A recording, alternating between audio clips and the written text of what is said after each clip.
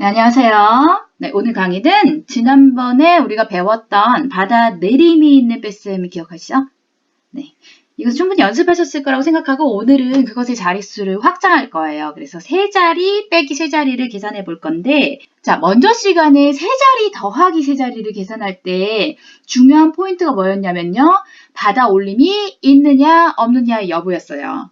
마찬가지로 오늘은 이제 받아내림이 있는 뺄셈과 받아내림이 없는 경우가 있어요. 그래서 그 두 개의 구별을 잘 해서 계산을 하느냐가 가장 중요한 포인트가 될 것 같습니다. 네, 문제 보시면서요. 함께 방법 배워보시죠.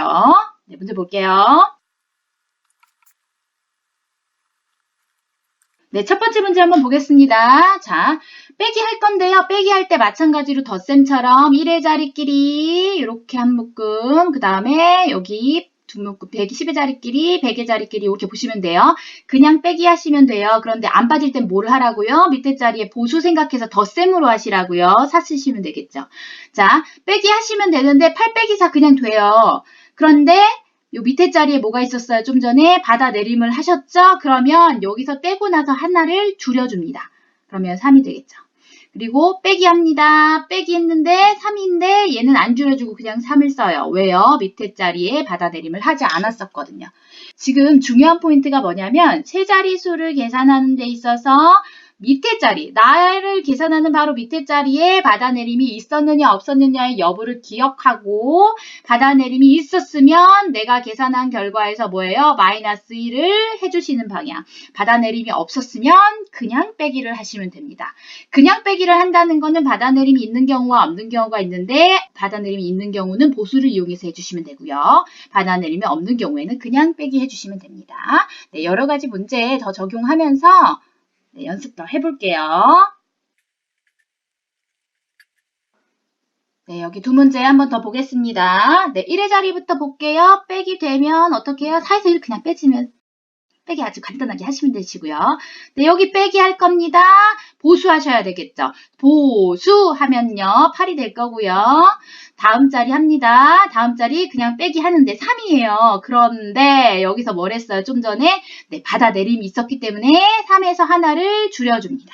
괜찮으시죠? 네, 다음 문제 볼게요. 다음 문제 1의 자리 봅니다.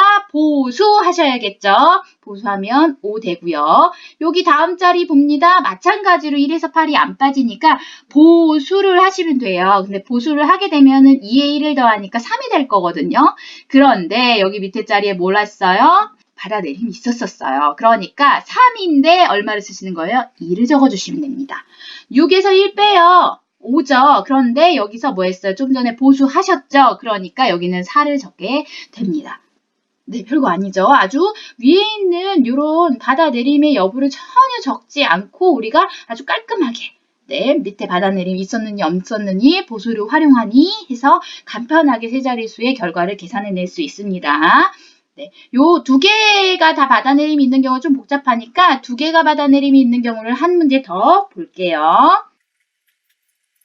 네, 한번 볼게요. 두 개 다 받아내림이 있는 경우. 네, 요거 받아내림이 있으니까 보수 더할게요. 요것도 받아내림이 있네요. 그러니까 보수를 더하면 5죠. 그런데 얘 받아내림 했으니까 하나 줄인다. 그 다음 자리 계산한다. 빼기 하면 2인데 얘 받아내림이 있었으니까 하나 줄인다. 이렇게 계산하시면 됩니다. 쉬우시죠? 네. 이 경우 말고 조금 특별한 경우에 뺄셈이 발생하는 경우가 있어요. 그래서 그 방법을 한번 해보려고 합니다. 네, 문제 한번 먼저 보실게요. 네, 304 빼기 109라는 셈이 있어요. 우리가 이 계산을 원래는 어떻게 하냐면 이렇게 해요. 자, 4에서 9를 뺄 수 없잖아요. 그래서 앞에 자리에서 빌려와야 돼요. 근데 여기 빌려올 수가 사실은 0이니까 없잖아요. 그래서 100의 자리를 줄인 후에 그 다음 여기다 10을 준 다음에 그걸 다시 9로 주고 여기다 10을 줘서 계산해요. 사실은.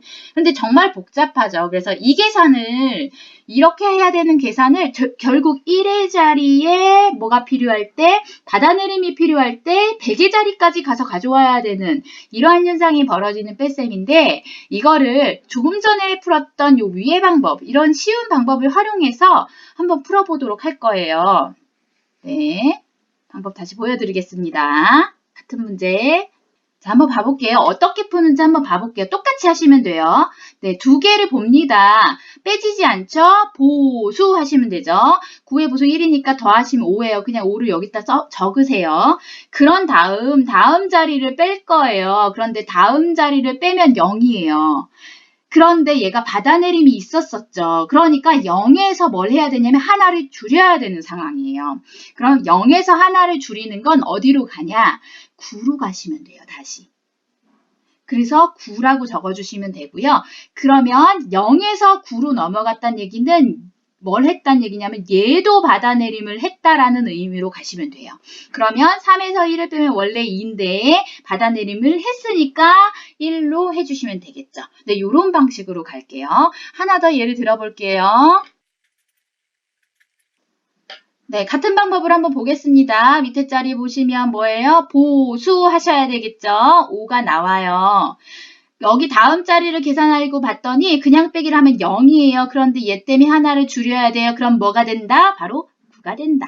그 대신에 얘를 계산하면서 무엇을 하셔야 된다? 받아내림이 있다고 여기셔야 된다. 그래서 2 이렇게 나오게 됩니다. 아주 간편하고 좋죠. 네, 요걸 쓰는 방법보다는 훨씬 간편하실 거예요. 그래서 오늘 배운 이 방법으로 연습 열심히 해주시고요. 네, 이 연습한 결과가 여러분들의 실력 상상에 도움이 되기 바랍니다. 네, 오늘 강의 마치겠습니다. 다음에 만나요.